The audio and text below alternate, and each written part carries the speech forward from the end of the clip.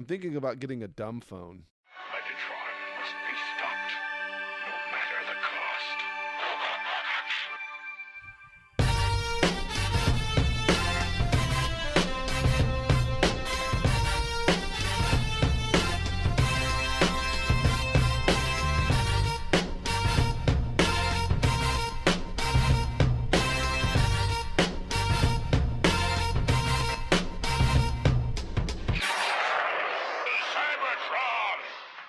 Hello, friends. Welcome to the Autopod Decepticast, your bi-weekly podcast that delivers an episode-by-episode breakdown of the Beast Wars series. Yes, that's right. We've dove fully into Beast Wars, leaving G1 so far behind us that we're actually 10 years. in the future. Well, season 3 was in the We're in the future and the past at the same time. past as well. Oh, God. Yeah. I'm Not sure. It's all falling apart. I think we omitted introductions last time. We did. I'm Aaron. I'm Caleb. Ryan. If you're familiar with our output, you know that Ryan is the sex fiend. Caleb is the history guy. I don't know what I am. I'm just Johnny on the spot. Okay, is that a toilet? Actually, it is a toilet company, Yeah. I think. Yeah. I'm the toilet. Piss in my mouth. I love Everybody it. no. pee on me. Oh, no. Otherwise, I can't get hard. Last time we covered Beast Wars Episode 1, where we were introduced to the Maximals, Mm-hmm. the Predacons. You maximize, you terrorize. And, so far, so good. We got time to make this thing deep and beautiful. Caleb's furiously scrolling through his phone. He's looking for dumb phones. Caleb's getting That's- off smartphones. That is He's using his so smartphone to find a ironic. dumb phone. It makes Yeah. me want to punch myself in the face. That's true. But I don't really have much of an intro. Wow. Some might say none. I'm glad you. We only had a month to prepare. Nah, man, it's cool. Nobody likes that anyway. I did some market research, Cool. and I was like, Oh, I'm sorry. I almost rank, fell into a coma. rank these sections top to bottom, and intro fell at the bottom. Mm-hmm. And so I was like, why not just spend more energy? Whose research is this? I mean, I was the sample size. Oh, you're like, I don't like doing intros. And, no, I like them. It's just, the least priority thing for me. No big shouts out for us. So let's get right into shouting out the patrons ourselves, the people that bring all this to life for you. That is Alpha Magnus, Debbie, Jeremy, Skeeter, Mr. Sadler, Mike Seibert of Mike Seibert Radio. A lot of people don't know that. They're the same guy. Bono, Michael Trimblett, Justin R., Jonathan, Robinus Prime, Daniel V., Safubi Samurai, Chandler, J. Soups, Maddie V, Nick the Toy Mad Dad, Ken Bockelman, Big good.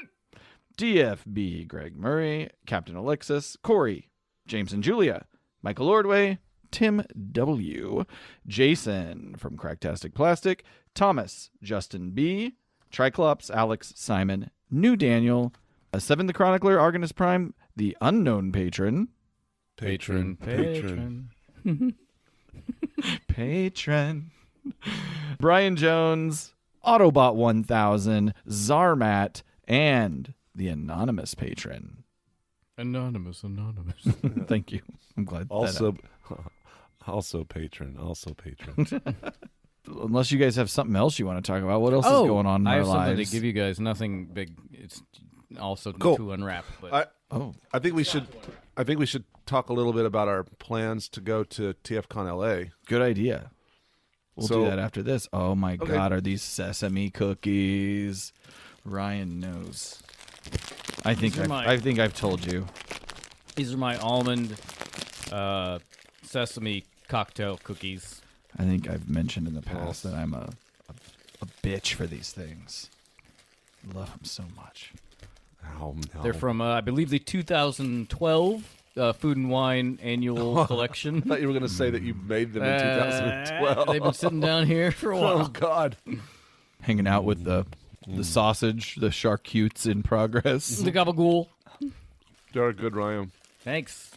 Yeah, they're really simple. It's just That's a fine flour, cookie. almond flour, sugar. That's pretty much it. There's no leavener at all. This will go down well with the ginger beer drinks that you made us on the side. I did make my Ryan's own signature ginger beer. And I Ryan's wasn't crazy about it, but I think it's very good. I know you. Maybe you don't like it on its own. Ryan just sets himself up the real high standards when it comes to this kind of stuff. and I fell short, and that's why I had to spank myself. How did you fall short in this? I just don't like. I mean, it is spicier, but I think the commercially, I just like the flavor of commercial ginger beer better than what I ended up with. But to be fair, there's two different ways to make it. I made it with you add yeast to it. There is a way to make it fermented, which I guess I'll try next. I guess it's no Bundaberg, which is the Australian ginger beer Oh. I was talking about earlier. Wow, he talked about it 3 minutes ago, and I had no memory of what he was saying. But yet he's being graceful about He it. also Whereas when that apparently happens with you, Sent us a link about it for some reason that I also didn't look at, I guess. Shout out to our Australian listeners. Grab yourself a Bundaberg. I think I like it. So Ryan has a cocktail of gin and ginger beer, and he made it with the whatever commercial ginger beer. Is Yeah. it Gosling's? Yes. That's a good ginger beer. Yes, it is. But I like this. It's not as overtly sweet. It's much drier, yeah. And I mean, it depends on when you stop the fermentation and put it in the fridge. And it was pretty dry whenever I stopped it. So, It's good. It's good stuff. TFCon. yep, That's forthcoming. we're all booked up, baby. Yeah, I spent. We're gonna be there. APDC in LA. We got- March 10th or 8th through the 10th. 8th through the 10th. Flights are booked. Friday, Room is Saturday, reserved. Sunday. Tickets are purchased. We tried to get a table to sell merch, and we were declined.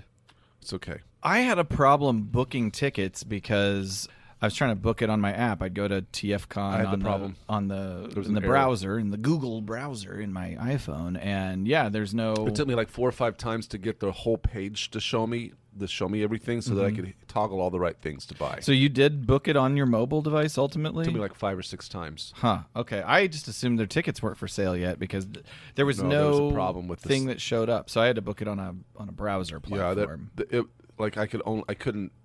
It or on a PC. it was fucked up on there as far as fitting it on the phone or somehow for some reason. But I finally got it figured out. All right. Well, now you all know TFCon Step 2024. it up. I was wondering if we want to think of something to do Friday night because there's not going to be. I mean, there's the opening ceremony and Probably that's it. hit the bar, and party, and I think connect with our closes friends. at 10. Really? Yeah. God, No. Is The it? restaurant. Well, I don't know. The bar doesn't have hours. Aaron- I don't know if there's a separate bar at the Did hotel. you go to this? Was this at the same place when you went Yes, last time? same place. So what did you do?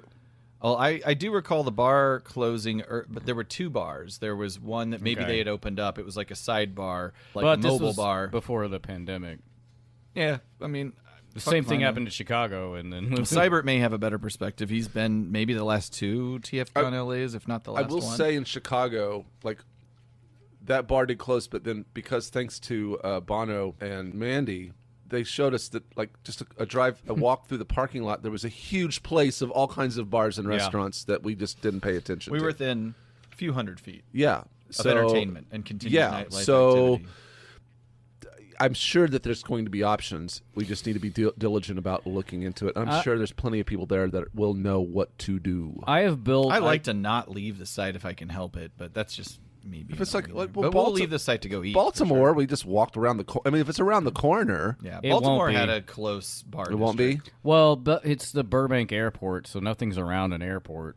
Like I'm going to do some We'll research. figure it We'll out. find out. I've built a Google Maps for Burbank, and there's some stuff within walking it. They also I don't know how easy it is, but like the metro and buses and stuff. But Listeners, where are we gonna do this? Where are we gonna meet and hang out? Michael Andrews has foretold of a really cool Star Wars bar in the area that maybe is on par with what they do at Disney in terms of like. I went to just that. Oh, have you been that there? sounds cheap. Oh, you went to the Disney version. Yes, All right. it was really ridiculously expensive. I'm not saying that this will be. I'm It may sure be. it will be.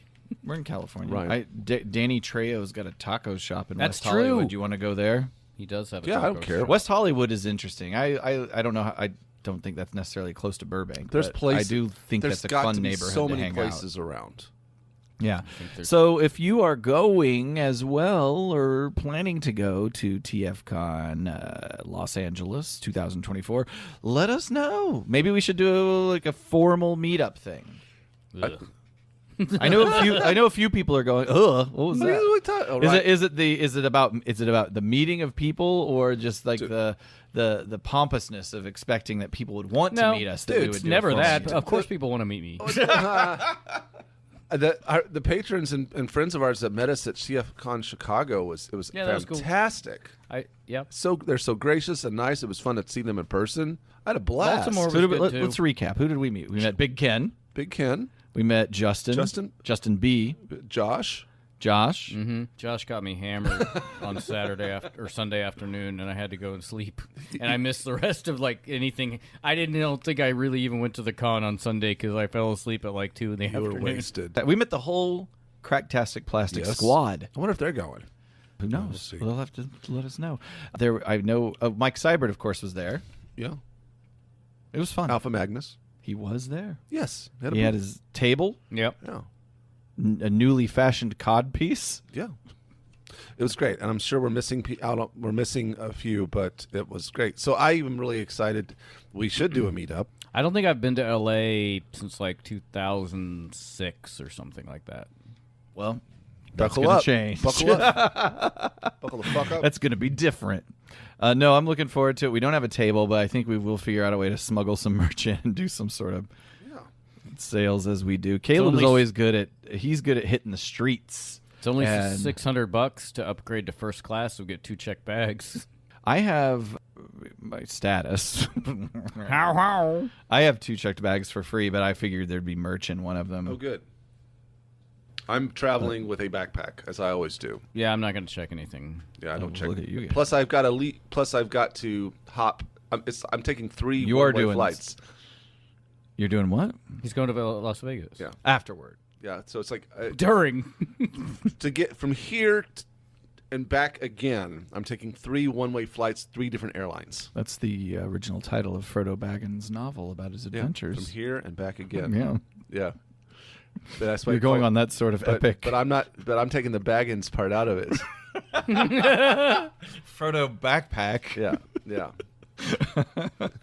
All right. Well, that was fun for all. I'm sure. Let us know if you're going as well. Yeah. And maybe you can touch us. Yeah. And if you hadn't thought about it, we're all staying in the same room. Why don't you go ahead and buy those tickets and take the ride?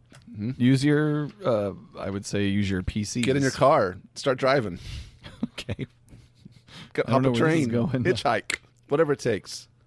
Walk. Last time I did TFCon LA, I was out in the Southern California area for a separate family trip, and then I diverted from my family and went to Burbank, and then they went and did some other stuff. And I tried to take. They have public transportation in Southern California, and I fucked it up, and I just could not figure it out. I thought I had my route all mapped out. I was going to go to this station, and be dropped off here in Burbank, and about 5 miles into my journey, a conductor or whomever came up and were like, "Let me see your ticket." And they were like, "Yeah, you're not supposed to be on here." And I got kicked off a train, and then I was like, "Okay, fuck this. I'm just gonna eat it and take an Uber." I think I was in the city of Orange in Orange County, and I took an Uber. But then my Uber started down the highway, and it just just died on the highway. Oh my god! You got the worst luck with this train. And I get out, and the guy gets out and he examines his car. He opens the gas tank. He looks in it, and he's like, "Fucker!" And I was, "What happened? What's going on?" He's like, "He did it to me." What? And I was like, "What are you talking about?" And he's like, "My neighbor. I've got a problem with my neighbor." And he poured sugar down my gas tank. So my Uber driver. Oh my god! Car. Somebody had poured Uber or sugar down his gas tank, and so I had to take another Uber to call a different Uber from the highway. Was the other Uber driver his neighbor? Was it Matthew Broderick and Danny DeVito? No, nobody died on the drive. It wasn't Matthew Broderick. Ooh, edgy. Hey, last episode recap. Oh wait, no, we're not doing a recap. We got cocktails to talk about. What do you got for us? I don't have anything witty. Oh, in relation to the Okay. episode. Just make me something to drink, and I'll drink this thing you already made me to drink. I'm gonna drink while I'm waiting for my drink. That's what we're always doing at a bar, just drinking while waiting for our drink.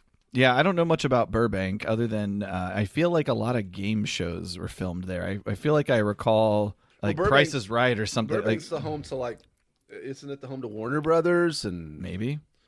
I know there's probably a lot to see in the area. yeah, the but I'm Warner not Brother really lot, the interested- Warner interested. Brothers studios is on that side, over on that side for sure.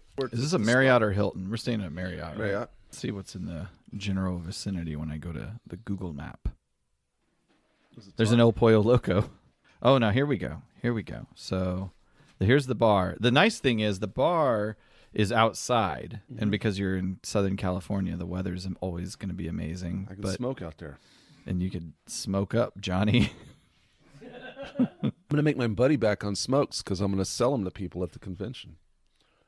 Look at that Ferrari. There's like a Lamborghini there. Oh yeah, look at that. Big ballers on that were there the day Google drove by and took a picture of this place. So hey, check this out. I interviewed Ron Friedman right here Yeah, under this cabana. Yeah. it's cool.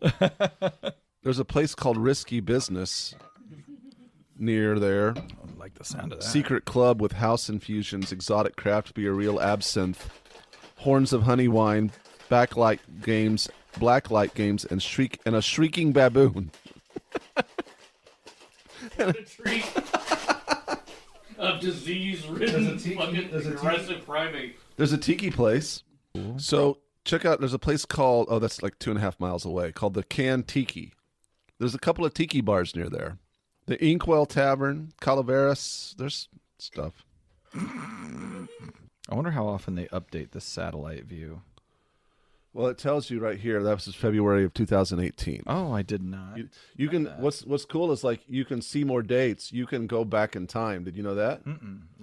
So if you go like, if you go to your house, you can see stuff all the way back to like 2008 and stuff. Like I can see my house long way. Back and see when the house looked good. Yeah, you can see. You can watch Ryan's deterioration of his house. You can watch the deterioration of the van. Yeah, what's your address, Ryan?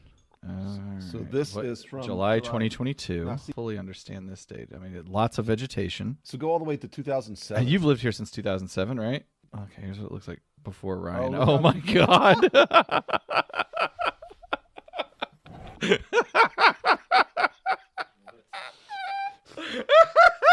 Sorry, this isn't nice. Zoom in a little bit. They got a basketball goal out here. The lawn is mowed.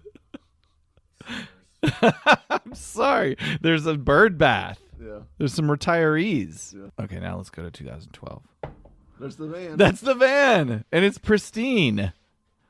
Now, okay, this must have been This was shortly after the incident. Yeah, the pole's been knocked down. The pole Yeah. is knocked That is- down. Yeah. In April of 2012, the pole is Yeah. leaned Yeah. over. You can start to Against see the though some like this branch has fallen. There's some like mold It's and not my stuff on that tree. side of the house. Yeah, that's not his responsibility. Leaves unswept right here. Well, I'm just saying. all right, there's let's jump signs. ahead 2 years. The van is still there. Yeah. Oh, Ryan was working on a project. I'd that fixed day. the pole by that point. Okay, you were okay. I don't know why I feel like that was a more recent. Got some vine growing up here. So there's I something in like that the vine. Virginia creeper. That's why I let it grow. Okay, so we're getting a little creeper in 2014. 2015, interesting. Still some creeper, but you were gone that day. The van's not here in 2015. Trying to start stealing some stuff. Now, it's been 7 years since our last Google photo drop. And yeah, the front and side of the house are overtaken by the creeper. And the van. Oh, look at that! This is after our photo shoot we did because on Google Maps 2022, yeah, we can see APDC written by finger in the back of the van on the dust and dirt. All right, that was a fun trip down memory lane. Ryan, you have a drink. Yeah. Hey, just like the last episode, I wanted to create a cocktail for our other lead character, this time Optimus Primal. Kit came up with the idea for this one. Kit from More Than Meets the Pod, who we recorded along with Harper on episode 182. And we are calling this one the Primal Brass Monkey. Okay, so Brass Monkey. There's a little bit to unpack here. You've probably It's a heard. funky monkey, I've heard. Yeah. Probably heard of it from the Beastie Boys song. There's several different booze-related drinks using the name Brass Monkey. It was a malt beverage, but the main one, and the version that has been confirmed to be about in the song, is a now discontinued brand of premix cocktail made by the Hublin Company during the 1970s through the 90s. They were some of the first in the game of premix cocktails.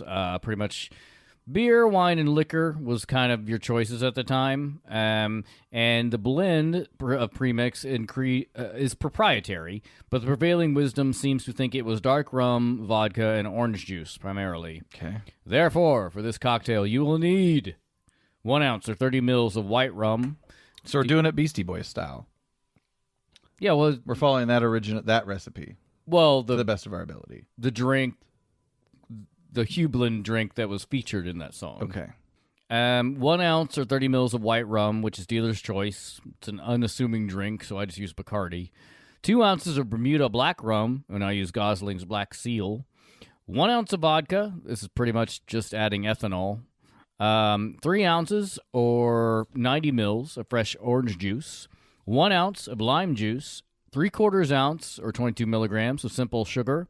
2 dashes Angostura bitters, and you shake all these ingredients with ice and strain into a Collins glass over fresh ice, fill with club soda, and garnish with a maraschino cherry. And I did a bit of extra garnish on here just to be fun.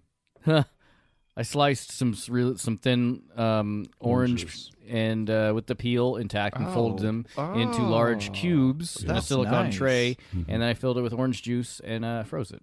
Excellent. That's like the old, I don't know what the name of the character was, the something hunk of cheese guy. It feels like one of his tricks. Time for timer? Is that his name? Yeah. And he's in a little orange A blob. hanker for a hunka, a slip, Yeah. a slice of chunka. A hanker is for a winner, and no won't yeah. spoil my dinner. A hanker for a hunk of cheese. Yeah, that's I remember there was one of his little tutorials was about making popsicles at home out There's of ice something cube delicious trays. and nutritious. Yeah. Yeah, you pour them in ice trays and you cover them in plastic wrap and you put a toothpick in it. Yeah. I know. Good job. I know Shall we? things. Cheers. That is indeed a funky monkey. It is. It's a pretty light drink, both in sippability and ABV. It's only about 12% alcohol by volume. You could probably up the complexity and flavor of this if you include like some overproof rum like Rum Fire or Lemon Heart.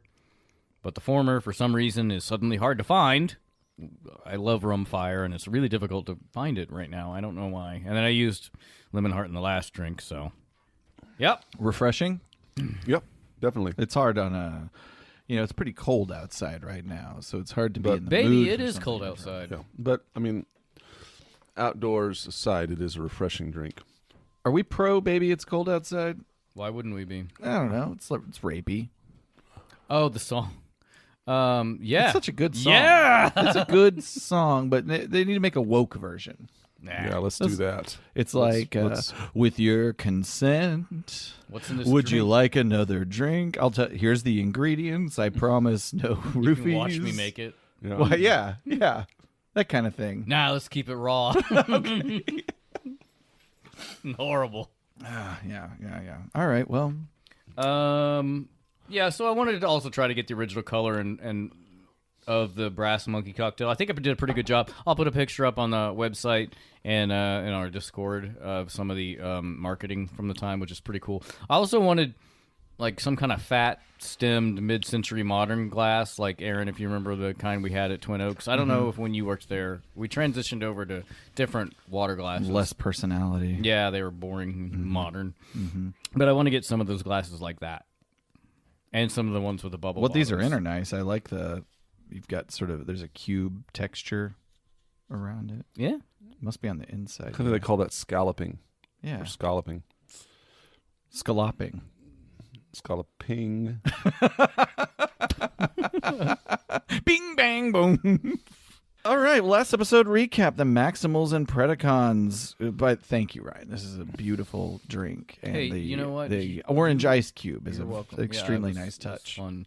I will say making fresh orange juice, horrible, because like oranges don't have as much juice as you'd think. It takes about 1.5 oranges to get like 2 ounces of juice. Wow. Yeah. Makes me just be depressed about the efficiency of that on the scale that we drink orange juice. How many oranges had to die? Yep. I mean, it's weird because like limes, you can get about an ounce of juice from one lime. They need to just make juicier oranges, it sounds like. Well, maybe you should talk to Dole. The big juice. Big juice. Yeah, where you at on this? They're like, yeah, we've been trying to make oranges juicier for 55 years. We just add a shitload of sugar and it's okay. All right, last episode recap. Maximals and Predacons crash land on an unknown bluish prehistoric orb on the hunt for, you guessed it, ladies, energon. And we continue with the introduction to the series with Beast Wars Part 2, written by Robert Forward. And we open up. You got Dinobot, you may recall, and Optimus Primal facing off on this rocky bridge over a deep canyon. Dinobot has challenged Optimus for leadership of the Maximals.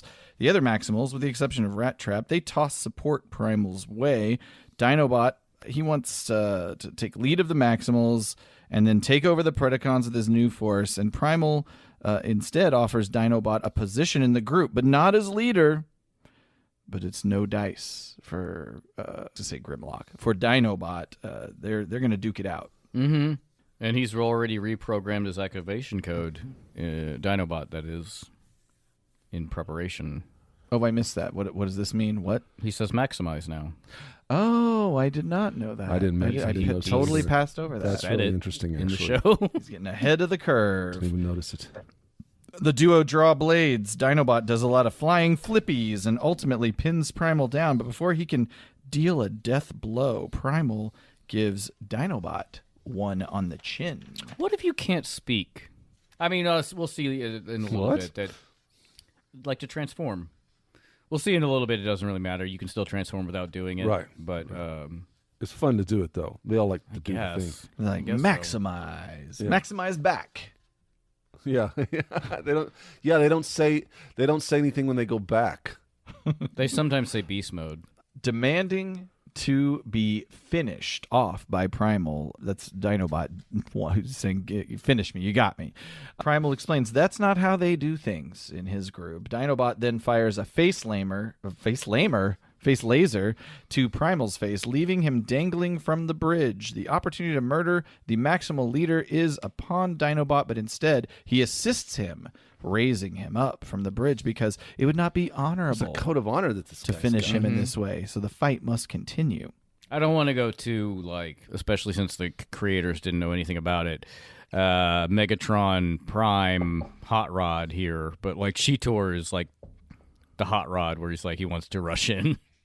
Right, yeah. And then Rhino stops him. The other, there's a whole Hot Rod dynamic here. But in this circumstance, the Cup character held back the Hot Rod character. Yeah. It's arguable. I mean, there would be no Galvatron if that had worked out. I think that they've shown it wouldn't have made a difference. No? Yeah, there's iterations where Hot Rod doesn't intervene and it comes out to the same. Oh, okay. Prime still dies. If you say so. They ran it through a simulator. I think it's got people talking. Yeah. Awesome. The Megatron and the Predacons are watching the battle from afar. Megatron decides, hey, I'm going to get involved in this. If both of these guys die, that would help me out. It would be an optimal solution. Optimal. Yep. I also, Prime can fly. Mm-hmm. Primal can fly, so I don't know why he's acting this is it's a problem. Jetpack. Maybe in the chivalrous battle dynamic, that would be considered cheating in his mind. No. All right. I mean, I guess you're right. It also, it's how sometimes in the show Decepticons forget they can fly. But Dinobot has a sword and a big rotating blade thing. Yeah. And so I don't know. What are the rules here? Yeah, you did use what you got. Predacons, they all terrorize into robot form and just barrage this site with firepower. And that's I'm pretty sure. It's hard to tell. We're watching this on Tubi, so I'm just making guesses. I think that's a commercial break. So yeah, I mean, we do get to see Dinobot is brutal and vicious, but has a moral code, essentially. That sword's wild. Mm-hmm. It's all He- I'm spinning. totally distracted by it. He also says, "I'll have you recycled with honors." with anise, the seasoning, I don't know what that is. the spice. No, I never heard of that either. Tastes like licorice. Anise? That's anise. Yeah, I'm glad you did that. that was good stuff, wasn't it? But we also get to hear him, Primal, say that's just Prime here. So Oh, really? Again? Should we get it? he says it a lot. Well, that's just prime! What timing? What finesse?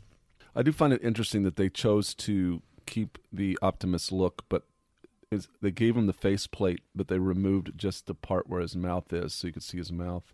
Mm-hmm. Yeah, It bothers me a little bit. I don't love the choice. They should just get rid of the faceplate entirely if they're going to do that. I like it, actually. I feel like there's iterations of Optimus Primal where he has the full faceplate or has the option to Zip it up. go either way. Yeah, zip it up. Kind of like a S&M mask. Yeah. You know? Well, they they take on a lot of different forms during the course of this show.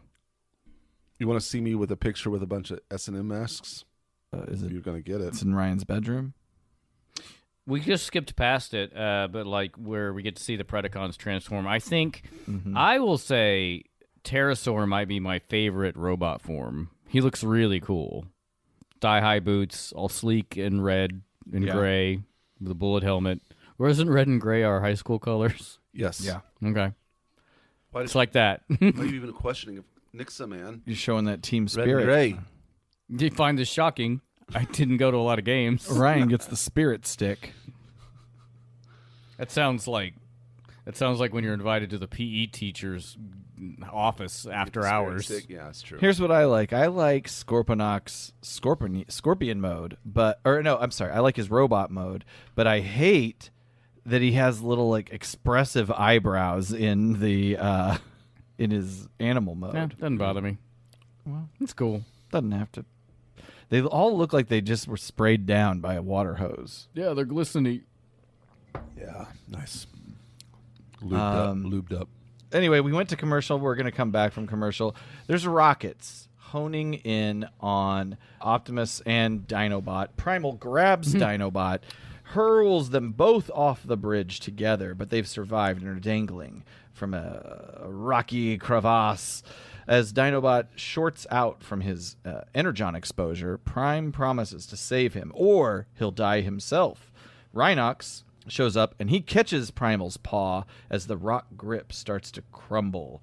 The Predacons then fire on the bridge, collapsing it as the Autobots escape.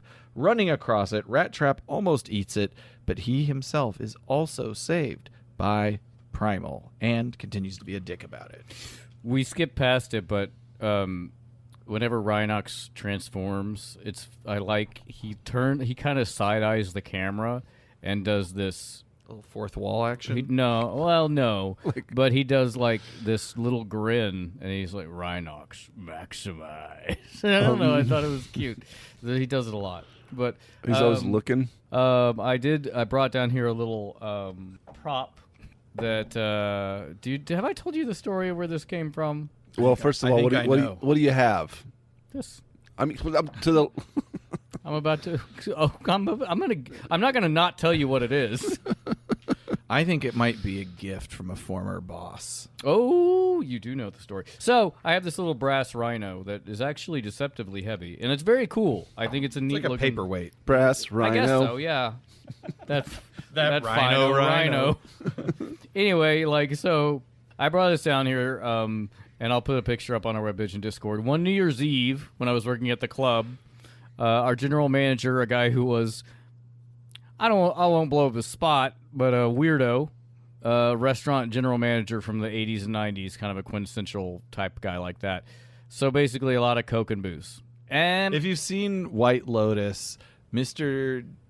Beep he is like the guy that I think manages the Hawaii. Hawaii club. Yeah. He is that guy, but with a worse heart. Anyway, no, I've never seen that, but all right. just go. Cool. But this guy really ran very hot and cold, like as you might expect. from a cokehead. So one minute he'd be your best friend, and the next minute he's screaming at you about filling the pepper shakers correctly because you're the reason his staff is so sarcastic. And if you need a gallon of milk, he'll give you a gallon of milk. And these are things that really happen. That's what he would say. Like if you got caught stealing or something, right? Like, Yeah. you need a gallon of milk. I'll give you a gallon of milk. I don't think he would have. I don't think you should be stealing from your employer. I do. Not that I didn't do that. It just sounds like you guys weren't very good at stealing. I was great at it. I just got caught a couple of times. 'Cause you have to be you only have to be unlucky once. It's true. Yeah. You get caught once, and all of a sudden you're a thief. All of us, yeah.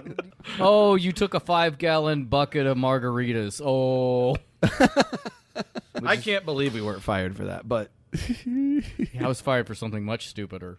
yeah. Hang on, just to unpack that story. Sorry. I had just started working at Yes. the club. Ryan got me a job at the club. It was just like a summer party. I can't remember. Maybe it was July 4th think it or was something July like 4th. that. And there was pre-made margaritas in 5-gallon buckets because that was like the drink of the night, and you could just go and They get were it. still watered down and gross. Like, And at the end of the night, few of us made the determination they were just going to be discarded, which they should have been. Yeah. We thought, it's going to be discarded. Let's just take it home with us. So we took it home with us and enjoyed it that evening. And the next day when we all got in, I don't know how we got busted. I think it was a security guard. that was out in Okay, the yeah. parking Somebody lot. saw somebody 'Cause we hid it loading in a bush bucket and of drove over to margaritas the into a bush. car. We were all implicated, and we were called into an office and not fired. Yep. And that's the end of that story. I think it's because the F&B manager really liked me. right. I can't remember her name. Plus, then they've got to deal with hiring new people, and that's a pain in the ass. Killing 3 people at once, or 3 or 4. I can't Yeah, remember how 3. many of us were. Yeah, 3. it's a pain in the ass. Yeah. I mean, I say steal from your employer. Absolutely. I'm not going to say Well, don't. There were other implications in that you and I were underage.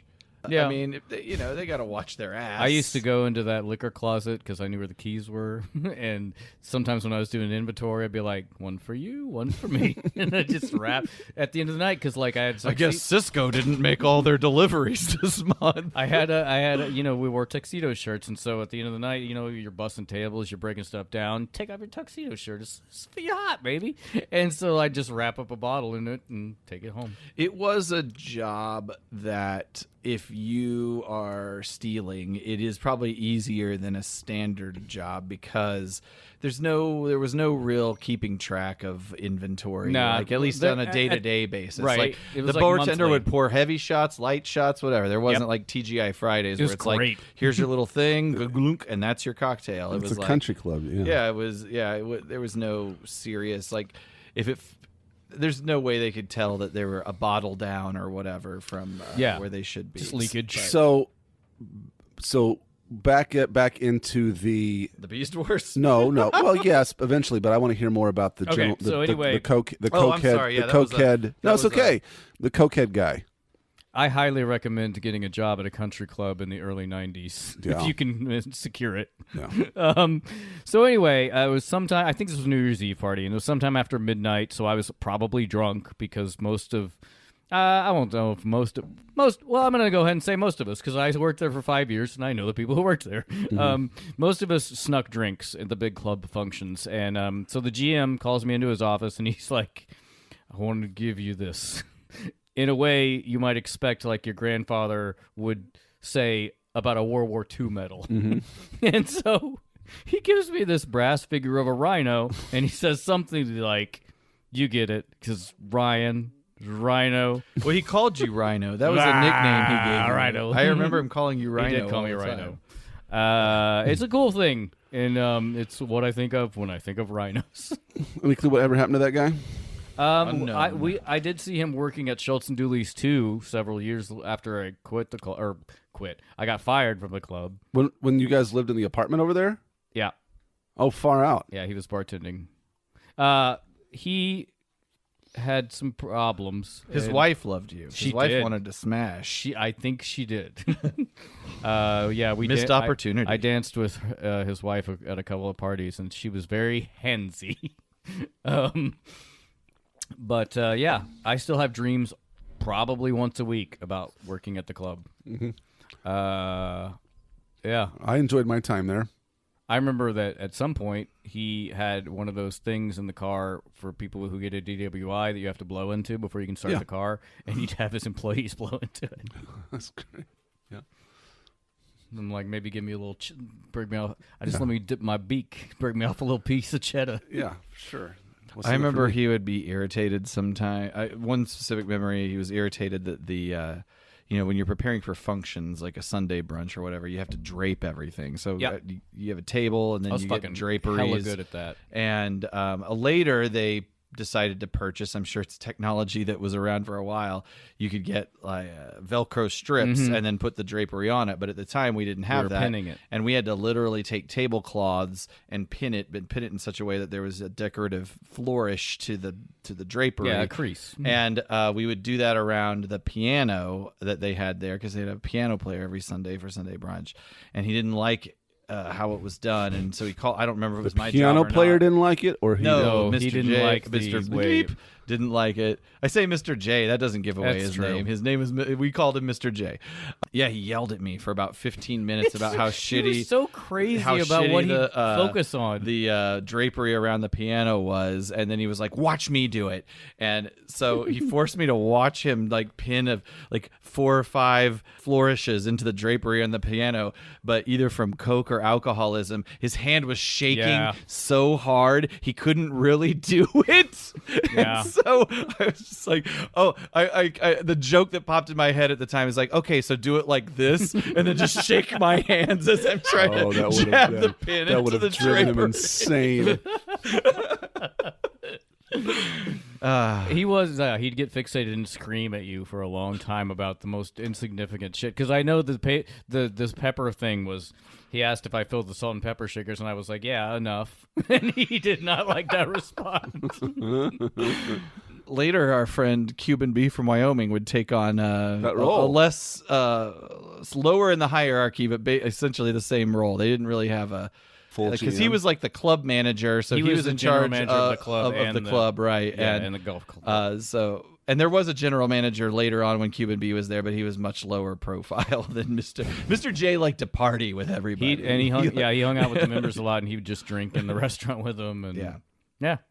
So that's the brass rhino. Rhinox. That's awesome. Saved What a trip. Optimus Primal. What a trip down memory And lanes. Listeners, Dinobot some of you from dying. might like that, I some could not. conservatively That's talk going to be about- brought up in a Highly- Google review. Have you seen the movie Waiting? It's just like that. I think it is exactly I think like everyone should experience working in the service industry at one point in their life or that. another. Not for very long. Get out. Yeah. And do it in your 20s. Yeah, don't do it when you're older.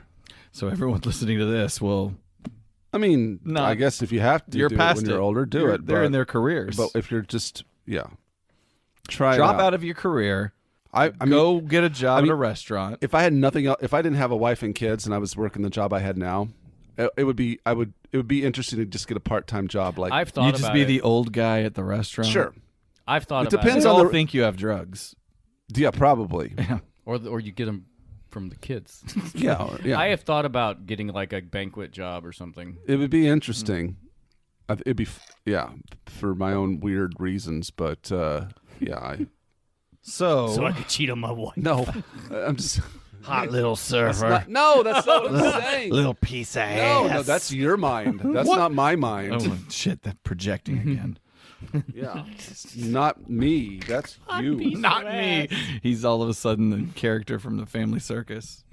The not me character. Oh, wow. I'm maybe I'm more deep in Family Circus lore than you guys are. But that's a tangent we shall not go on right We got to now. get back. We've Yeah, gotten far we're afield. sorry, guys. Yeah, let's get back on track with the Beast Wars. I saw this out and I thought I wonder I think he's going with this. What is he going to do there? What's it with that little rhino right there?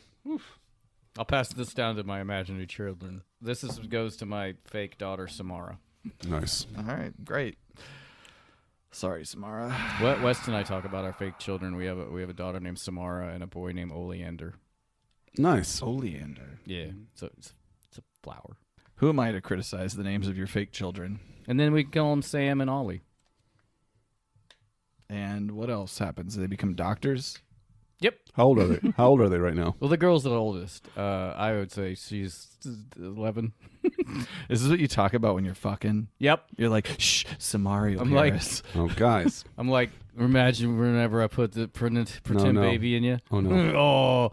That's Samari right there. Oh, no. Making her way Don't home. like this. Making her way into the plane of existence. Not liking this. Remember whenever I was drunk and I impregnated you on accident? Oh, I love our daughter. There were accidents. Yeah. Your fake children were imaginary children are accidents. Okay. Yeah. I think where we were was Rhinox saving He caught, Prime and Optimus Prime and Primal Dinobot. and Yeah, everybody 'cause ran Dinobot across. couldn't transform because Prime He's was sizzling. holding He got him. that energon problem. Yeah, and he couldn't transform into beast mode because he would have dropped. So they're back up on the bridge, but the Predacons fired upon the bridge. The bridge is collapsing. The Autobots ran across it, but Rattrap had these final steps. He almost fell into the ravine, but Primal caught him and then was an asshole. He was like, that's your job. That's your job to do that shit. Yeah, and I do like. I don't know if we're there yet, but like we keep the same theme of leaders abusing their troops. Where Megatron mollywops Pterosaur and says, "You incompetents, you let them escape," which is a turn of phrase I found. Rattrap says, "For booting up cold, you're not gonna believe a Predacon, are you?" I like that. I like booting up cold. I did too. I think that's. I like I that. think it's clever. Let me capture some of this.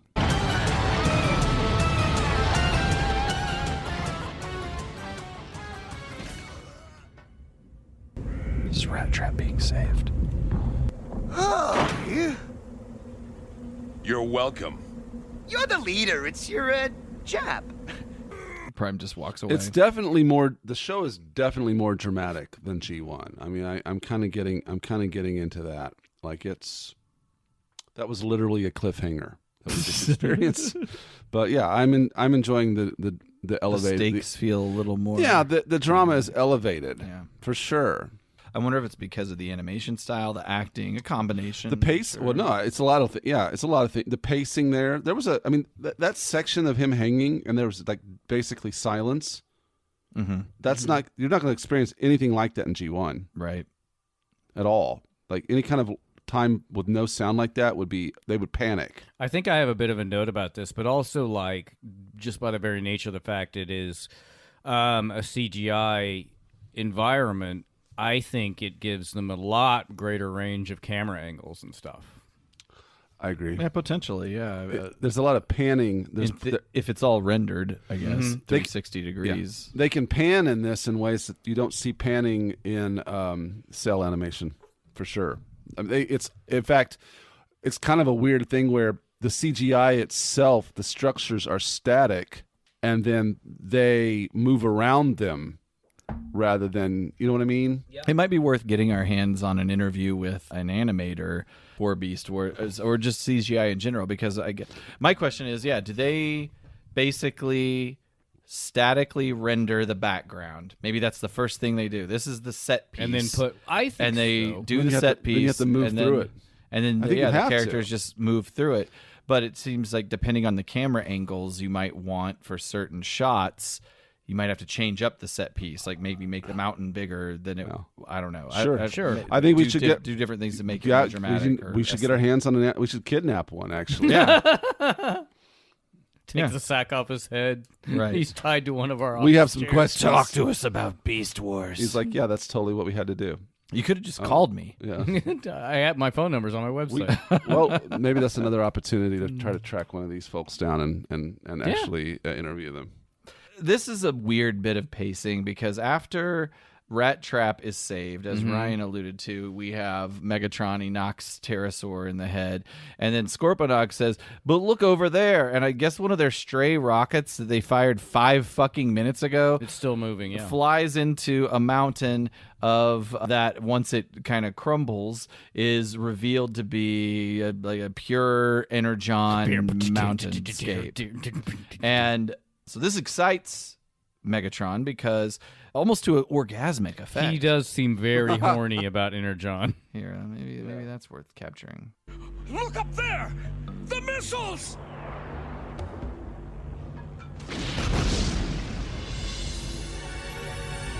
Energon! Yes! Raw, natural energon crystal. I knew it was here. Yeah, I'm horny. Energon, big naturals. But yeah, I hate how you don't even see the rockets. By the way, he's like the I rockets. think you can see the I was watching this, I think, on YouTube. And I had it high res mode. I think I had. Well, I had 1080K. I had my new computer that I was playing on while I was taking notes on my old stanky computer. And I think you can see the rockets, but they're very tiny. Obviously, is because They should be. Yeah, Foreshortening. you can hear them. But you can't even see a glare of light or. Look, I'm done. This is pointless. Energon. It's going to make him unstoppable. Rattrap, Rhinox, we transition to the Maximals. They move to finish off Dinobot, but they're stopped by Primal. Yeah, that's the part where Rattrap says, "For bootin up cold." Primal understands that the Dinobot has valuable information that could maybe help them out a little bit about Megatron's plan. Here's the deal. Megatron has flyers, but they don't have enough strength to carry these energon crystals. Only Tarantulas has the skill to segment it. We're really getting into a lot of detail about character skills, but none of it is going to end up mattering, honestly. Well, not in this episode. It matters later. Yeah, maybe so. So the mission is set. The 5 of them are going to move toward the mountain. 5 or is it 6? There are 5 on each team at this point. But with the Maximals, you've got Gorilla, Rat, Rhino, Cheetah. That's it. And so Dinobot would be number 5. Yeah. Are going to move toward the mountain and stop Megatron, who, along with the Predacons, are they're marching toward the mountain. This really interesting because there's kind of quite a sense of urgency in this episode. Like, from the jump, there's been no downtime.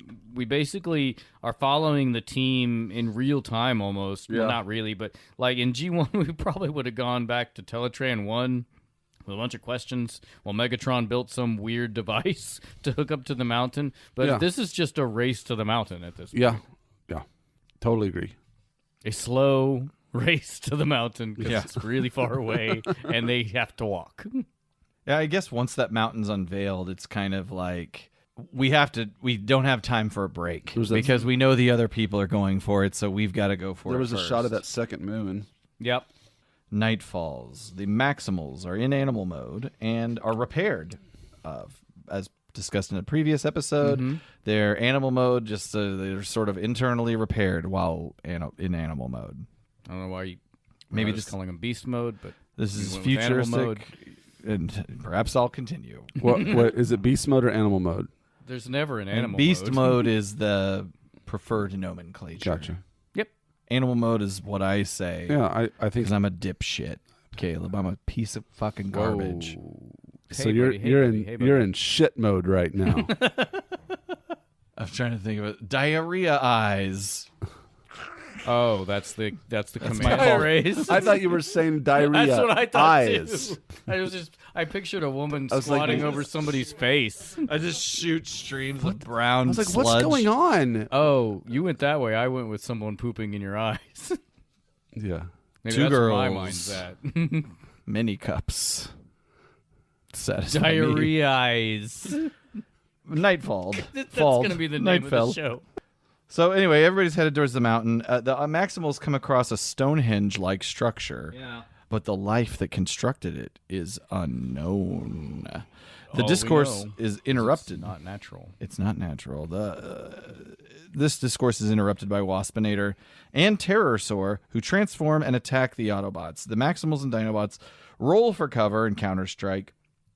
Pinned under a rock formation, Optimus Primal, he's weary, or I don't know if weary is the right word. He's nervous. Wary that an avalanche could ensue. He goes into jetpack mode. He drives off the energon-damaged foes. And as Waspinator and Terrorsaur retreat, Dinobot eye lasers his former comrades. And I thought this was going to turn into something more, but he accidentally sears some rocks from the cave ceiling, which end up injuring Rhinox. And at that point, Rattrap pulls out his weapon, threatens to murder Dinobot. But Primal saves him again. He acknowledges, hey, this is an accident. Come on. That wasn't on purpose. this point where they first get attacked is where the Maximals do transform without saying maximize. Right. Here's the deal. Rattrap doesn't trust Predacons. He just doesn't trust I don't know if he them. trusts anybody.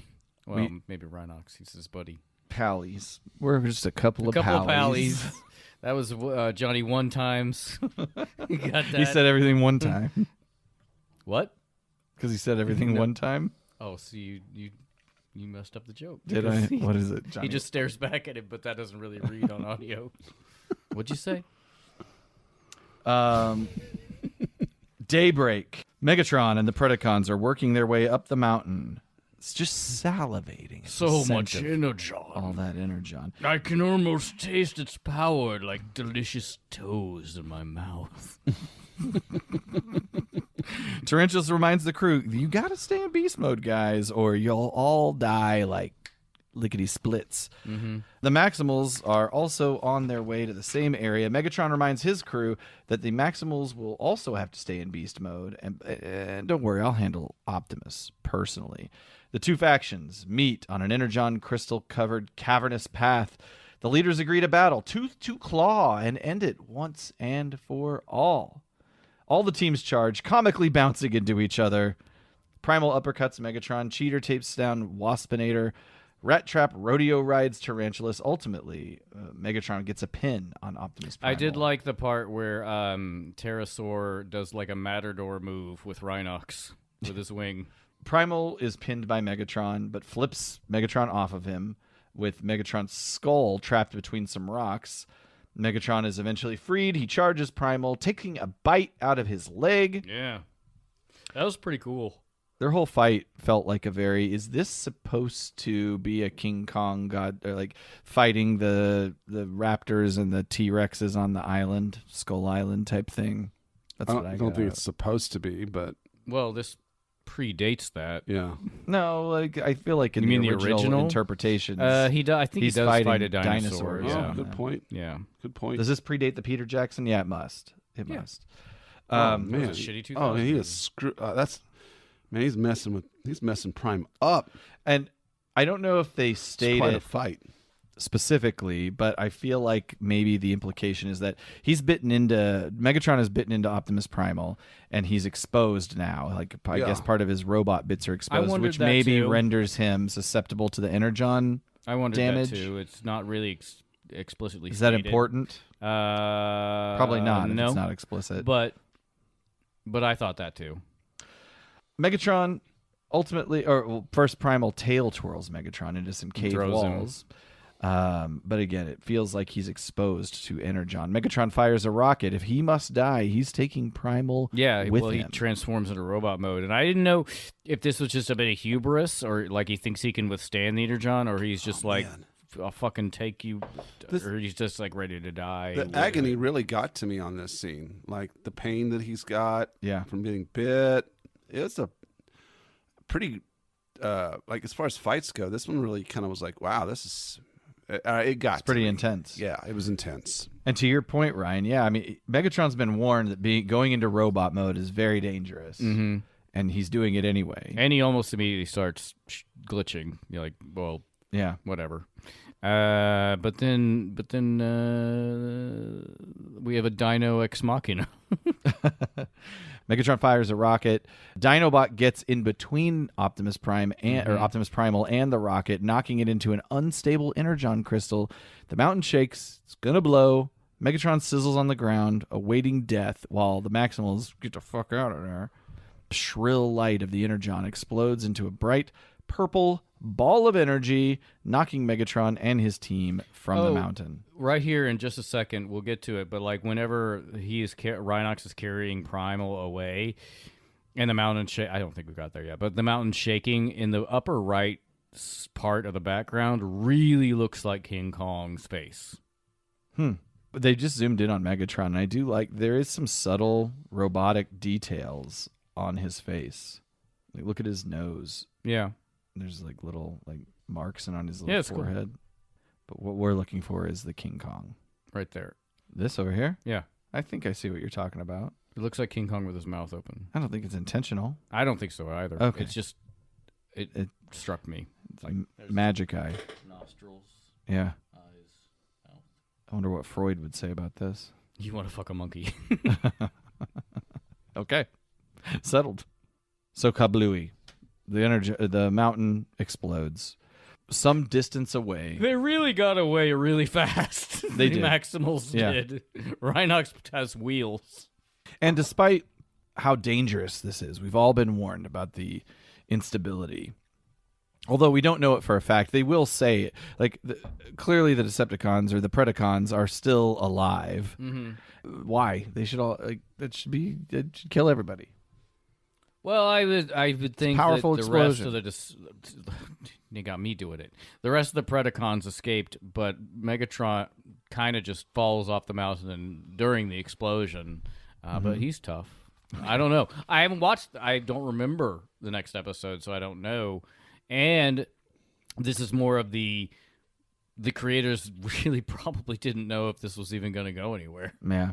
It was a preview before, Yeah, months before. It was released like April 22nd, Yeah. 1986 or something like that. So the Maximals, they've taken shelter from the falling rock. Dinobot and Primal exchange pleasantries. Dinobot saved his life because Primal saved his life previously. He explains that don't mistake this for some kind of loyalty, but his even code Steven. his code mandated that he must save Optimus Primal. Rattrap believes the whole debacle is over, but Primal corrects him. The Predacons still live, and the Maximals are still stranded.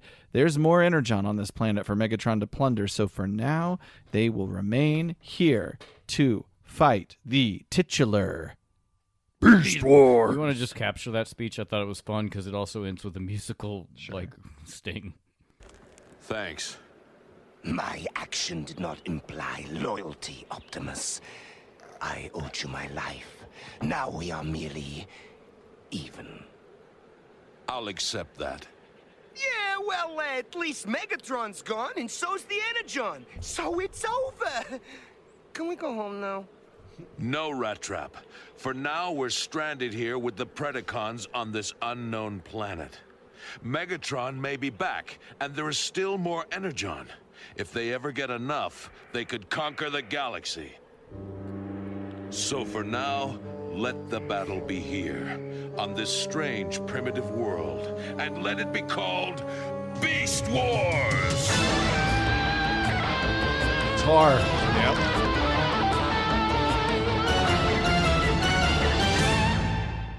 I also think, the voice actor that you hate, Aaron, because of his hat. I think he's pretty impressive, because he does Rattrap, he does Dinobot, he does Waspinator, and there's one other guy I'm forgetting he does as well. But they all sound different. I think he's good. He's good at his job. Undeniably talented at voice acting. Not at wardrobe. Jesus. Hey, having swag is an art. I think we can work that. I think we should work that iconography of that guy into some of our merch, like the hat. Maybe somehow. I'll cosplay as him when we go to LA. It is iconic. Is he going to be there? I don't know. What's his name again? He's Canadian, so they Well, must- that narrows it down to my search. Scott, That narrows my search down. Scott McNeil. he's not listed. Everybody listed so far seems to be, from a voice actor perspective, is G1. You got Greg Berger. I don't know. Well, they always Britt. do call these the Transformers G1 reunion. The LA ones are always Yeah. called that because Neil Ross most of Bullet, them man. live in LA. So that's the end of this episode proper. What a great transition, as Ryan mentioned. Scott McNeil, as covered in the last episode, was Rattrap and Waspinator. Megatron. David Kay, Canadian voice actor, fan favorite, will go on to voice several bots, such as Prime and Grimlock in the Transformers animated series, as well as voicing Megatron in the Unicron trilogy. He voiced General Hawk in the 1990s G.I. Joe series and G.I. Joe Extreme, tons of Mobile Suit Gundam, Cleo the Misfit Unicorn. I like the idea of a misfit Unicron. 778 episodes as Cyberfly. Demon King, additional voices on Prince Macaroon, Professor X on X-Men Revolution. Oh. part of the Ben 10 Omniverse. Reginald on the regular show. Caleb, that's a thing you watch. Do you know who Reginald is? I don't remember. No. 299 episodes, being kind of the voiceover narrator guy for Last Week Tonight with John Oliver. Oh, okay. Don Brown voiced Scorponok, another Canadian in Armada. He voices Cyclonus, Maximus, and Wide Load. A lot of the same stuff, man. Mobile Suit, Gundam, Dragon Ball Z, New Adventures of He-Man, Double Dragon, RoboCop Alpha Commando. And I assume maybe all of these are Canadian production companies. I need to do research on why, like, this group of actors they're in a lot of the same stuff. Tarantulas, Alec Willows, Canadian, of course, Dragon Ball, Max Glick, The Adventures of Sonic the Hedgehog, Double Dragon, The Wacky World of Tex Avery, 100 episodes of Pocket Dragon Adventures, the RoboCop show I mentioned earlier, Powerpuff Girls Z. And Terrorsaur was voiced by Canadian Doug Parker, who will voice Starscream later in the series and voices Tidal Wave in TF Armada. He was Mega Man on Captain N and the Game Master, Adam on The New Adventures of He-Man, Dragon Ball, The Adventures of He-Man, Conan the Adventurer, Dragon Ball Z, Pocket Dragon Adventures, and a lot of biblical animated features. So you get it. These guys work together a lot. A lot of them have a credit. Like, most of their credits start in maybe the late 80s, but many of them all share a similar credit on a thing called The Adventures of Mowgli, but it was in like 1973 or something like that. So I want to dive into that a little bit. It could be a mistake, but all of them have this credit. And from what I can tell, the little research I've done, The Adventures of Mowgli was a Russian interpretation of the Jungle Book. And when it was translated, it was voice dubbed to English. All these Canadian guys, gotcha. But they were kids at the time. They all would have been kids. That would mean these guys have been working together since they were children. In 1973, do you think they were got together and voice farmed? and acted this. That's fascinating. This series, because it's like Interesting. a lot of them have like The Adventures of Mowgli, 1973, and then their next credit is like 1989. Weird. If that's true, then somehow that set those kids on a path. Or is it that Did they dub it was later? released way later for the dub? Right. That's what I'm. That was what I and was so thinking. IMDb isn't It's telling you when that originally came out, but then they did the dub work on it maybe later. like 20, Maybe. 30 years later. That's a possibility. However, the idea of them dubbing it as kids, and then that was their way. That of was how I pictured getting it in my interested head. in the. That doesn't make it accurate. Right. It's me see if this interesting is though. one of them. But it's also interesting they were all pulled into that production anyway, regardless of when it happened. But they were all pulled into a lot of the same productions. They're the Canadian voice actor crew. That's it. That's this is it. Yeah. The Adventures of Mowgli, 1973. Is it any good? It is Aquila. No clue. Got a 7.6 on IMDb. Yeah, no clue when. Yeah, to your point, maybe it was produced the Russian version in 1973, and they added English to it later. Who knows? Don't know. So that brings us to In the real world. Hey yo, this aired one day after our last one. September 17th, 1996. In the American Top 40, obviously, we're still just assume the Macarena is the one for a while. So today we're talking about the number one song for 16 weeks from December of 95 through mid-March of 96. The previous number one to Macarena. No, because it ended in it was in March. Okay. So One Sweet Day by Mariah Carey and Boyz Big II hit, Men. giant hit. Side note, there were only 9 number one songs in 1996. Really? Yep. It's just they had huge, crazy runs. I mean, if you account for the 16 weeks of Mariah Carey, well, it wasn't 16 weeks in 96, but like that and Macarena were already over like half the year. Well, it's Mariah Carey, so she's known for her crazy runs. That's a music joke. Is it? Is that her whole like? That's a run. You got me. That's a good joke. Emotions. That's a good joke. Sorry. That's a good Sorry, joke. anyway. Nope. Bye. That was a good Moving joke. on. Thank you, Caleb. Yeah. That's a thinker. and stinker.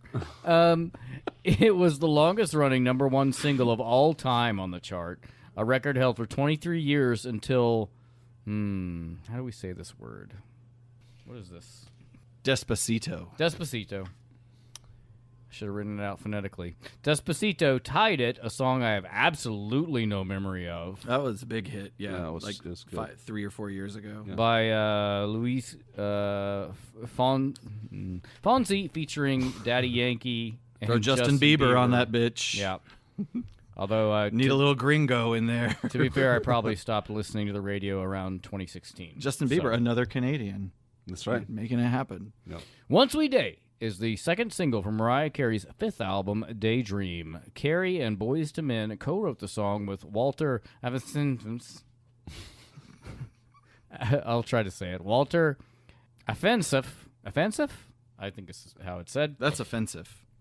But up saying who collaborated with Carey on her first 6 albums. The theme of the song is about the death of a loved one taken for granted and the hope to meet them again in heaven.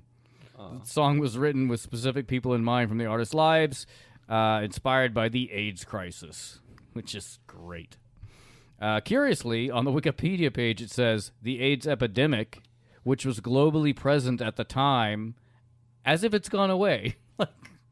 We don't have that no more. That's not an I wouldn't say it's epidemic. an Yeah, but I wouldn't epidemic s- is like a yeah. status. I guess so. Of a disease. Just seems like it's worded weird. or accurately. I don't know. The song was ranked first in Billboard's Hot 100 Decade in chart. The video for the song is fucking awful because Mariah Carey and Boyz II Men didn't have enough time to reunite to film the video later, so it consists of low-res footage shot in the recording studio. It kind of looks like if you gave an uninterested 12-year-old a handy cam and let them have carte blanche. It's fucking terrible. Yeah. Hey, man. Hey, man, what? I think some uninterested Hang on, 12-year-olds man. can do some pretty great stuff. Not this one. Okay. Anyway, the song is pretty universally loved by audiences and critics, although I don't particularly care for it.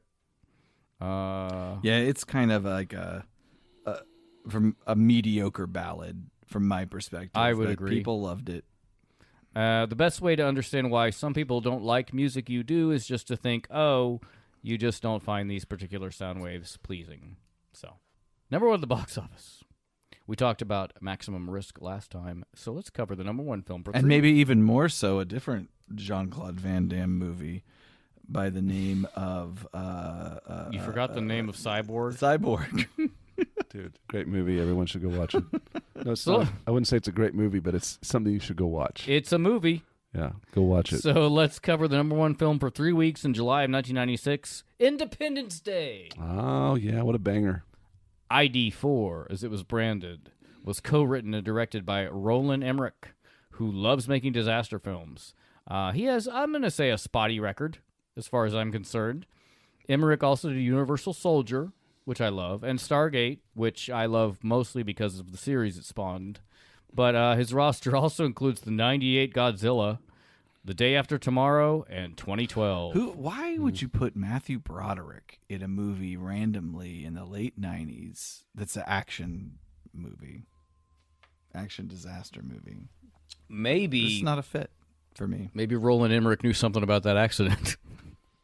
It's- I'm sorry that every time I mention Matthew Broderick, we got to talk about the person he killed. well, I think I put that on me. I think I brought it up last time, but I enjoyed Independence Matthew, Day. I'm sorry. That's No, I'm I sure love- that's very hard on you. He actually is haunted by it. Yeah, I would be. But I don't feel that bad for Caitlyn Jenner because Caitlyn Jenner is a piece of garbage and they killed somebody and they're not really taking ownership over it. What about not Newt Gingrich? Ted Kennedy. Oh, yeah. He left that woman to drown. Yeah. No, he's a fucked up piece of shit. Yep. He's dead. He's dead. Yeah, he was a fucked up piece of shit. At any rate, IDW, I like it too, Caleb. I like Independence Day. Yeah. Stars Bill Pullman, Will Smith, Jeff Goldblum, Mary McDonnell, Margaret Collin, Judd Hirsch, Randy Quaid, Robert Loggia, and Vivica Fox. So many good actors in this movie. For some reason, I keep thinking Natalie Portman was the president. Nope. Who was the president's Are you daughter? What am I thinking of? No. Was the president's daughter a thing? She existed. but she was a little girl. It couldn't have been Natalie Portman. No, Natalie Portman was like 17 in 96. I know. Okay, so let me. I just keep talking. I'm gonna look and see. It's nobody you know. All right, I'm gonna look. Okay. He'll be the judge of that. For anyone who doesn't know, it's essentially about a large-scale alien invasion that decimates Earth's cities and governments. And I do love this movie. I mean, if you pick at it, there's some very silly things in it. Like how our main characters coincidentally end up all in the same place through a convoluted set of circumstances. But you could argue these are the people we're following, and if they didn't end up in the place together, we wouldn't be following these people. So, I mean, Goldblum's in it, man. Faster, we must go faster. which he says in 2 movies. I think this one in Jurassic Park. Yeah, like, yeah. Communicate with the guard. Get the key. Get the key. That's a movie nobody's seen. I did watch Independence Day recently, and one thing that seems dated is that Harry Connick Jr., who is a pilot with Will Smith in the Air Force, says that Will Smith is never going to be accepted as an astronaut if he marries a stripper, which is Vivica Fox's profession. And I'm just like, would anyone care? Why would they care? It was Mars Attacks. She was the president's daughter in Mars Attacks. Yes. Hey, yes. we're on the same genre. We're It's kinda very close. tracking. It's not close at all. It's Alien Invasions. Yeah, Ryan. So is the day the Earth stood still. Yeah, but nobody thinks that I'm just saying those that movies. Natalie Mars Portman Attacks, is in the Mars day Attacks, Earth and stood Independence still. Day came out very really You're right. close. They're almost exactly the same. That's I'm not the what he fool. said. Someone said it all. I'm saying they came out at the same time, and that's why I'm kind of confusing them. It's okay. Everybody has valid things going on. Caleb corrected himself. Thank God. Oh, Brent Spiner's in the movie. I don't know. Oh, yeah, Who's yeah. that? Prince Spiner. That's Data. Data. Oh, yeah. Yeah, he's got a good role. And in don't it. worry, the dog Boomer does live. One thing I really appreciate about this movie and the intention of the creators is that the aliens just come down here and lay fucking waste to the place, as opposed to landing in some stupid field and being devastated by, I don't know, water. Swing away. That was I a, hate that fucking that was movie. a very specific shot Yeah, fired. I hate that movie. Oh, God, it makes me so mad. Independence Day had the highest weekend debut of 1996. It broke Terminator 2's record of $31.7 million for the highest debut weekend in July, and broke The Lion King's $41 million record for the highest weekend debut for an original film, which is debatable whether that's an original film. IDW ended up grossing $817 million worldwide on a $75 million budget. ID4. What did I say? IDW. ID4. Cut that out. Cut out where he It's corrected a me. comic book company. I understand your mistake too, Ryan. No, I've never done a mistake. It was the highest grossing film of 1996 and the second highest grossing film of ever at the time, behind Jurassic Park, also starring Jeff Goldblum, in which he said maybe he just needs to start saying we must go faster, and the movie becomes an amazing crush juggernaut. There was a sequel, also helmed by Emmerich. Have you guys seen the sequel? I have not. Independence Day Resurgence. No. Released in 2016, and it's not awful, but it's certainly not enjoyable or satisfying. It's like, why do this? To paraphrase film critic Mike Ryan, he said, quote, "As opposed to being dumb fun, which is what it should be, it's just kind of dumb." Good review. Independence Day is one of those movies I like to just put on if I want to just have something on and do other things. It's great. Absolutely. I love that movie. It's very fun. The NES game is terrible. I think it's an SNES game. It's not good. Fun facts from this week in history. We haven't done this in a while, but I thought we'd look at the cover of TV Guide for this episode. Excellent. September of 1996 was ramping up to Emmy season. What were you going to say? No, it's interesting to see the time shift. But like, so much happened between like 1989, 90, and 96. Like, it's interesting how we've kind of skipped we're in a new world here. So that's all I was thinking It's a about. harsh like, transition. No. I mean, I wouldn't call it. It's an interesting one. So I'm just excited to see what you have to say. That was kind of in my brain. I was like, oh boy, I'm excited to hear what Ryan has to say about. Oh boy. September 1986, we were ramping up to Emmy season, and on the cover was Helen Hunt and Paul Reiser from the hit sitcom Mad About You. Mad About You. Did you guys watch that show? I watched little some of bit. Mad About You. I did too. I bet it does not hold up. I was never a Paul. I can't take Paul Reiser seriously. Oh, my two anymore. dads, aliens. Yeah, I don't know. Do we? I mean, have we skipped over all of Seinfeld in a way It's still going on. at this point? Yeah, I think Seinfeld ended in like 2000? 90 No, it had to be. No, it was before 2000. 99 maybe. 98. We'll hit it. Well, you're going to hit think it. you We're might going to be hit right. it during the whole Beast Wars run. I'm sure. Yeah. Mad About You. This show started in 1992 and ran into through May of 99. Ran to May of 99. The cover of the TV guide for that week, or yeah, I guess it's a week, says, "Mad About Emmy. Is it Paul and Helen's year? Find out who will win and why." And why? Why? Because that's the award that was given to them. In our special preview of TV's biggest night. That's it. What was the conceit of Mad About You? I can't. They're just a recall. married couple. Yeah.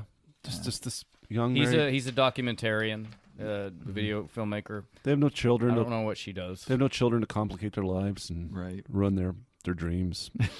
There's one. Yeah. There's a whole arc at some point where she kisses somebody, and he seems really overly mad about it. I understand because he's it's mad about her. It does. I mean, I get that's a problem, but like it's A little bit of an overreaction. It's just like it's really not. What a did big she kiss deal. him on the penis or what? Yeah, she kissed his taint. At least it wasn't. The He was penis. like, "Hey." that's over the line." What are you never gonna do this for me? What are you doing this for this guy? That's my Paul Reiser. Hey, what? Needs hey, work. what? Needs work. Ripley. It's a bad plan. It's a bad call, Ripley. Now you're Seinfeld. What? No, Kramer. what are all these aliens? They're coming from the ceiling. They're coming from the floors.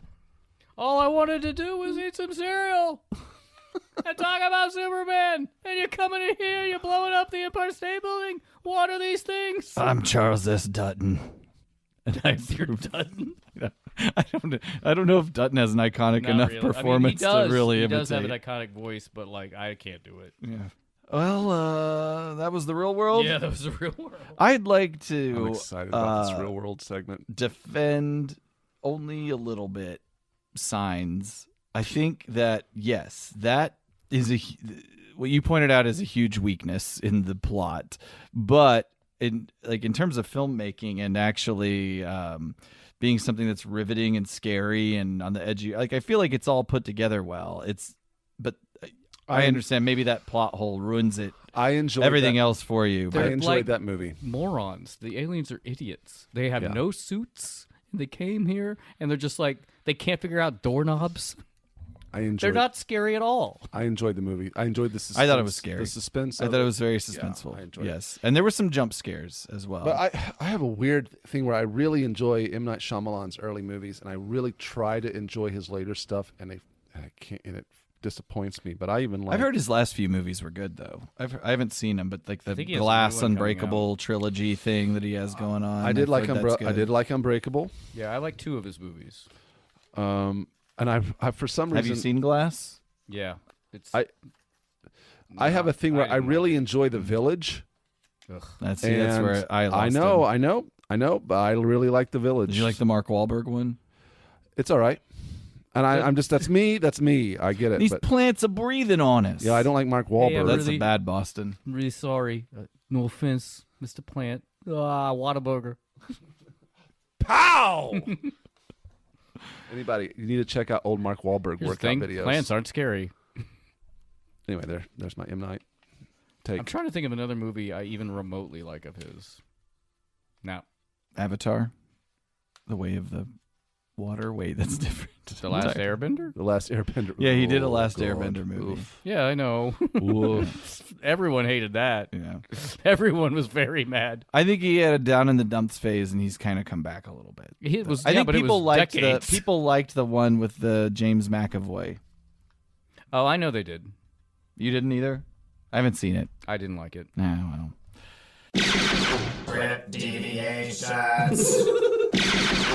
Okay, so Dragging this fucker out. we talked about how. Wow. So we talked about how in the last episode, prior to getting their beast forms, the Transformers are shown mostly in shadow, to prevent the animators from having to create entire custom forms. We do, however, get a pretty good look at Megatron pre-format, and it's a refit of the giant robot from Mainframe's other show, Reboot, that preceded Beast Wars and ran concurrently. They will also use this model for Black Arachnia's protoform and other various Predacons in the Agenda Part 1. I don't think we get Black Arachnia until Season 2, and she's great. Black Arachnia and Silverbolt, my two favorite characters. Cool. As we said before, the story editors Forward and Datillo knew nothing about the previous Transformers lore, so it's kind of amazing how they start to weave it in as the series goes on, especially the Golden Disc, and how the Trans Warp Drive may have moved them in time. That being said, trying to tie the timeline together gets very complicated. It's not Friday the 13th irreconcilable, but there's some temporal gymnastics people have had to do to try to tie them together.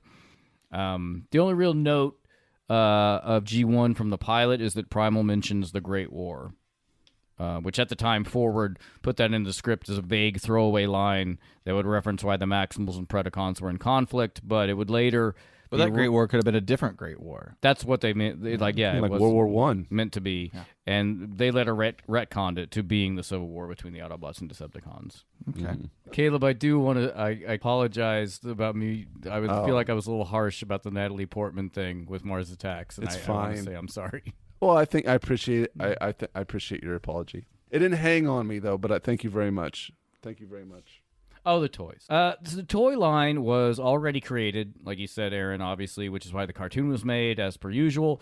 The first toys did, like you said, again, come with a pack-in mini-comic and card bios, which placed Beast Wars on modern-day Earth. Though they were fuzzy as to whether Optimus and Megatron were wholly new characters or remodeled, rebuilt versions of their former self. This was entirely dropped as soon as the show aired, and it was obvious Beast Wars was its own separate thing. Inspired by the Japanese Guyver series, the Beast Wars figures were insanely popular, especially when compared to the lackluster Transformers Generation 2. Although they did take some of the most popular aspects of the G2 toys, like lots of ball joints for better articulation, robot form weapons were made part of the character's alt mode or stored inside them when in alt mode, and Hasbro standardized price points based on the figure's sizes. Yeah, that's right. This is the beginning of the sort of legend scale, like what all the scales. Yeah, all them like, scales. At the time, it was $5 for basics, $10 for deluxe, $15 for mega, $20 for ultra. Each size up was larger and included more features with the toy. And according to TF Wiki, apparently the Optimus Primal one had a truly crazy amount of accessories with it. Those price points, I think, have doubled. Really? Yeah, well, it was 96. Yeah, I mean, Interesting. factoring in inflation, but also I think they've also maybe juiced it up a little. It's bit. like you said, it's a system basically pretty much standardized and used to this day. Beast Wars toys were very successful, like you said, with magazines such as Toy Mart reporting them consistently in the top 5 each month, with behind Star Wars, Power Rangers, and professional wrestling. That's all. Thank you, TF Wiki, That's all I for had Script existing. Deviations. Yep. TF Wiki and Wikipedia and a couple other sources I use very heavily for a lot of this. As All per right, usual. so that is Script Deviations. How'd you guys? Okay, we have a complete two-parter. How'd you guys feel about the scheme? I thought it was. I mean, the scheme made sense. It's very straightforward. It's a race to the energon, and actually, I mean, I don't know how that was. It totally makes sense. That There's scheme nothing didn't dumb really about it. come about until the second episode. The first episode was all like a little exploration and Right. maybe character introduction, and then Yeah. the beginning of the second episode was like Energon Mountain. yeah, it was Fuck, just happening. Give me I didn't- that. Yeah, yeah. His- Totally makes Megatron's sense. plan was to find Energon to conquer the galaxy, and they just happened to find a mountain of it because of missiles. And I think And nobody's like, "Are we sure this isn't the planet that we were supposed to be on?" well, the computer told him that it's not the right planet based on the coordinates or whatever, but the core samples are the same. But they're like, they just don't understand why there are two moons and the stars don't seem to work. But we're gonna find that out. Yep. Oh, intriguing. I think I feel like there might be some responsibility by these Transformers as to why there's only one moon later. Don't spoil it. I don't want to know yet. I want to see it. I'm just guessing. Just like Chairface Chippendale, who carved his name on the moon. Does anybody get that joke? Yes, the tick. I like how it stays up there on the moon. The rest of the series. Yeah. I mean, yeah. All right. Well, I just put it just whatever. You got all the flippity flips. Again, Character introductions. I did appreciate the fact that it is just them trying to get to a point, like they're just going to a point on the map, and there's not much more to it than that. I gotta be picky. I feel like a 3-parter could have helped this out a little bit. What would you like to see more of? I don't know. More of an adventure to get to the mountain. Like they go through the More the obstacles. swamp of sadness. Yeah, Lose swamp their of horse. sadness. The Pit of despair. They do drop some. I like the Stonehenge thing. I'm like, okay, I want to know what's happening there. So I'm gonna stick around and see what happens there. There's 2 moons. What the fuck, I'm gonna stick around and see what happens with that. we can. I'm the ghost of the iconic moment. You know. Let's see what I wrote. It's a bit of a combo I wrote. When Primal and Dinobot are fighting on the rock bridge and Dinobot saves Primal because he slipped and it wouldn't be honorable to win that way, you kind of instantly get where the character's coming from. Like, he's brutal, but, like, he does have a code. And then when Primal isn't willing to let Dinobot drop even to save his own life, which you do expect from a hero, but I think the whole exchange is a good precursor to what we'll see later. My iconic one was when Dinobot runs and takes one for he hits the missile. Yep, that's good. We all had Dinobot related things. I think the respect and honor that I think Dinobot he's shows. the true hero of the show. He's my favorite character, pretty much. Yeah, in season 1 at least. It's and that you never really had a situation like that in G1. You had people like Blitzwing who maybe were kind of like, I don't like getting my head conked all the time by Galvatron, but you never Octane, saw a true flip. Yeah. Right? Am I right? Am I missing anything? Did it happen? Yeah. Jetfire maybe, but that's a little different. That's kind of like they were both sort of non-aligned characters. The war wasn't as big a deal, and then Jetfire wakes up and he's like, I don't think I like these guys. I'm too big to be sneaking around. All right, then that takes us to the next episode. Are we going to do you mind to David K it? Do we mind to flip it up? Let's see if next time on the Autopod Decepticast. Yes. Well, you'll recall that they have communications problems at this point, and they got to figure that out, fellas. I hope nobody, through the course of figuring that out, gets caught in a web of danger. Ooh. They should get Verizon. T-Mobile not good enough? Couldn't hit us, whoever. Ryan Reynolds Company. Mint Mobile. Hi, I'm handsome Canadian Ryan Reynolds. I had a wedding on a plantation for some reason. I feel like he's okay overall. I do don't know too, about the but that was plantation thing, fucking but- strange. Who did he marry? Somebody famous, right? Blake Lively. Johnson. Okay, Blake. It's not Blake, is it? I think you're right. Yeah. I think you're right. It's I mean, I don't know. Canadians always want to say they don't understand things like the history of American slavery and what's sensitive, but she should have known at least. Blake, where you at on this? Come on, girl. Come on, girl. All right. Well, thank you for your support. Thank you for listening. Give my fellow Decepticons! Give till it hurts! If you want to support us further, perhaps you haven't in the past, well, here's your opportunity. You could give us a review, first of all. Apple Podcasts, Spotify, Google Play. You can go to YouTube, subscribe to our presence there. But if you're really dedicated, like so many have proven themselves to be, and we love you and thank you, you can visit our Patreon site. Join that community. There's several levels of support. Booty Box at the $5 per month level, and you can find that at patreon.com/AutopodDecepticast. We have merch available at autopoddecepticast.com/store. What else, Ryan? I know there's one other scheme. What could Maybe be? two, Caleb. Oh, well, if you would like to buy us a drink, you can send us $5 to APDC at PayPal. Put in the notes what you'd like me to make, and I will make that drink for a future episode. If you want a toast There it is. podcast and your credit don't stink, then reach inside your wallet now and buy us a drink. Yeah, bitch. Caleb, I believe there's one other grift that's out and about. Oh, yeah, what we should is make it? Let's not forget about G My Joe. That would be you feeling It's a different name every time. oh, it's not G My Joe. That was another. That was a different. a very popular Wow. contest we Sorry. ran Yeah. early on. Yeah. I should try to revive that though. That's G1. Hey guys, contest. you're missing right there. you're missing the G1. We have a pathway to that. It's Dough for Joe Or Joe for Dough. We don't or recall. Joe for Dough Or Joe for Joe. or Dough for Dough. Just give us money. Just put it in an envelope and just put It's like my APDC. it's like my sister had a racket when she was a little girl. She walked around a couple of days going, "I'll give you $9 if you give me 10." That sounds like something your a dad winner. would say. Yeah. So yeah, I don't know. We've Is got there some dedicated amount? we've got that some in the we've got some that are in the Yes, there is a dedicated amount. It's $75 an episode. $75 an episode.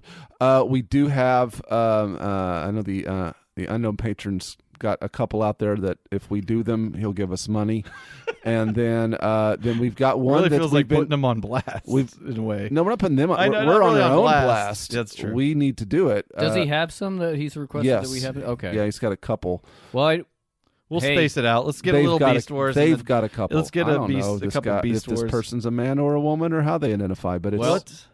I will say maybe tune in next episode for exactly what we're talking about. Are we going to do the one from? Because we've been paid. Brian, yeah. We've been paid for one that we're going to do. That's our next episode. Oh, is How it? far out? Yeah. Oh, Next time on the Autopod Decepticast. Yes. that's right. We're 2 in, but we're already taking a break for Doe. For Joe. That's That's right. How many questions have you got? GI. if Is you're it 1? nasty. 10? That's not enough. There might be 20 questions involved in the next. hey. So go Episode. out there and watch the 20 questions. Get your cervix ready. yeah. Hmm? Yeah. Right. Hunker down. No, this is already enticing to me. Yeah. All right, Doe for Joe, and wonderful. Thanks, everybody. Hey, y'all have a good one out there. You hear? Hey, we want you to have a really good time. Bye, bye, bye.